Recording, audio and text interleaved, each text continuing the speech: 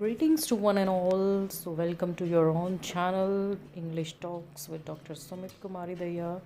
So, in this video, we are going to do word meaning, antonym, synonym, and that word sentence. That is a full package. So, let us start.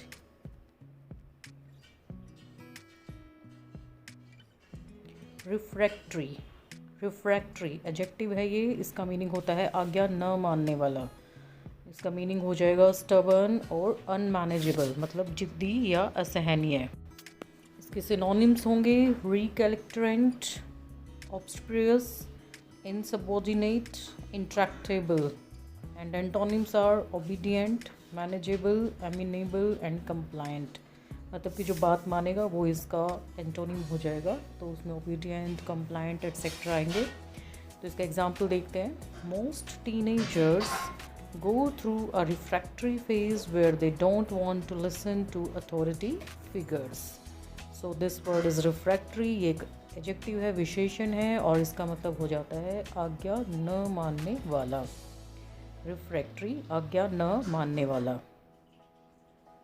Next word is hysteria. It's a noun. इसका meaning होता है हमला करना, हमला.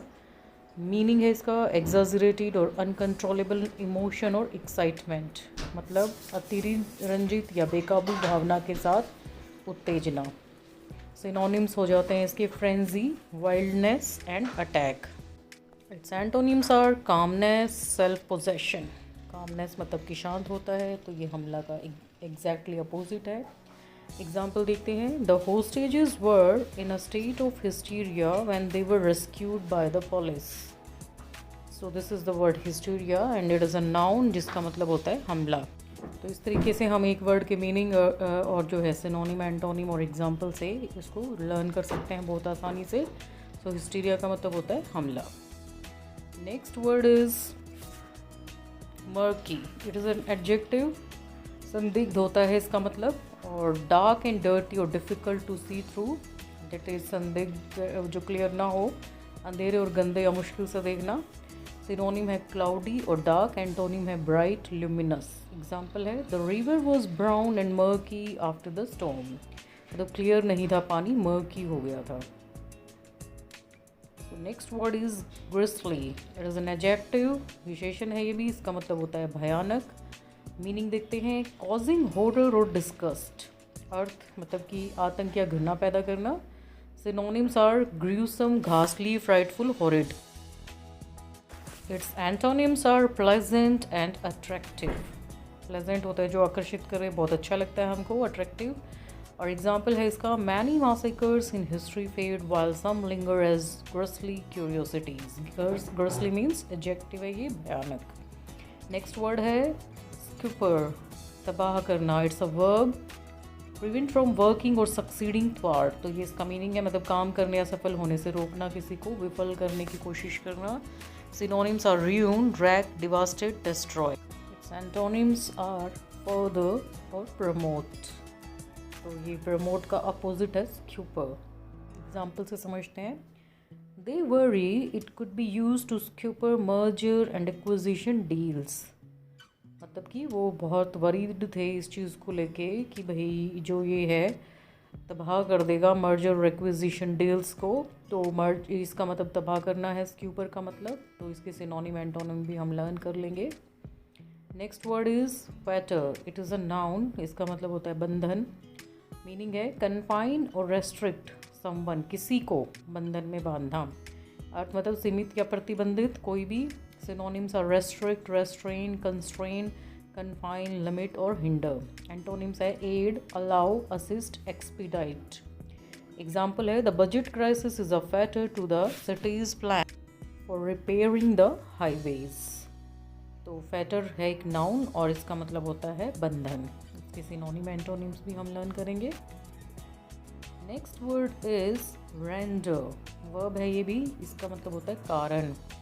Meaning देखते हैं. To cause someone और something to be in a particular state. मतलब कि किसी विशेष अवस्था में किसी के या किसी के होने का कारण. सिनोनिम्स हैं इसके डिलीवर और काज. एंटोनिम्स हैं होल्ड और कीप. एग्जाम्पल है billions have been spent but not 1 gallon of the estimated 45 m gallons of waste has been rendered harmless. तो ये वर्ब है, इसका मतलब होता है कारण, render. Next word is equanimity. ये नाउन है, इसका मतलब होता है समभाव।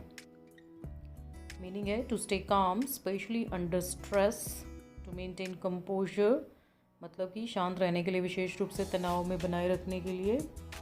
सिनोनिम्स है कामनेस, कूल। इसके एंटोनिम्स हैं agitation, डिस्कम्पोजर। Example is during the horrible storm it was hard for us to focus on and maintain our equanimity, मतलब कि समभाव। Next word is reverie. ये भी वर्ब है, इसका मतलब होता है आदर सत्कार करना। मीनिंग देखते हैं इंग्लिश में, टू रिगार्ड समवन और समथिंग विद ग्रेट रिस्पेक्ट और डिवोशन, मतलब किसी को या किसी चीज़ को बहुत सम्मान या भक्ति के साथ मानना। Synonyms are admire and adore.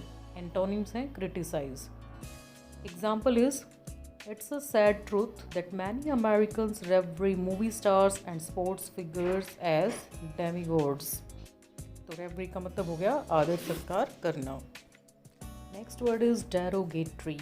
ये भी एडजेक्टिव है, विशेषण है। इसका अर्थ होता है अपमानजनक, derogatory। मीनिंग है showing a critical or disrespectful attitude, showing a critical or disrespectful attitude, मतलब आलोचनात्मक या अपमानजनक रवैया दिखाना, आलोचनात्मक या अपमानजनक रवैया दिखाना। सिनोनिम्स हैं disparaging, slighting, pejorative, belittling। Antonyms हैं complimentary, appreciative, favorable, flattering। Example, he made some derogatory comment or remark about her appearance. So derogatory is an adjective and its meaning is अपमानजनक। तो नेक्स्ट वर्ड देखते हैं, it is opacity। Noun है ये, अपारदर्शिता। तो ये ट्रांसपेरेंट का अपोजिट है। देखते हैं meaning, the quality of lacking transparency और ट्रांसल्यूशंस। सिनोनिम हो जाएगा इसका opaqueness, non transparency, lack of transparency. जो पारदर्शित होता है चीज़, जिसमें से आप आर पार देख सकते हैं, उसका अपोजिट है ओपेसिटी। एंटोनिम हो जाएगा transparency, translucence and clarity. Usage देखते हैं इसका, thinner paints need black added to increase opacity. Thin paint होता है, अगर उसमें हम ब्लैक कलर मिला देंगे तो उसकी ओपेसिटी बढ़ जाएगी, मतलब बाहर से आप नहीं देख पाएंगे, वो अपारदर्शित हो जाएगा। Next word is expeditious. Adjective है ये, इसका मतलब होता है शीघ्र, मतलब कि done with speed and efficiency. Synonym हो गए स्पीडी, स्विफ्ट और क्विक। एंटोनिम है स्लो। यूसेज हो गया एन एक्सपीडिशियस इन्वेस्टिगेशन, मतलब शीघ्र ही कोई इन्वेस्टिगेशन की गई है तो उसको बोलेंगे एक्सपीडिशियस इन्वेस्टिगेशन।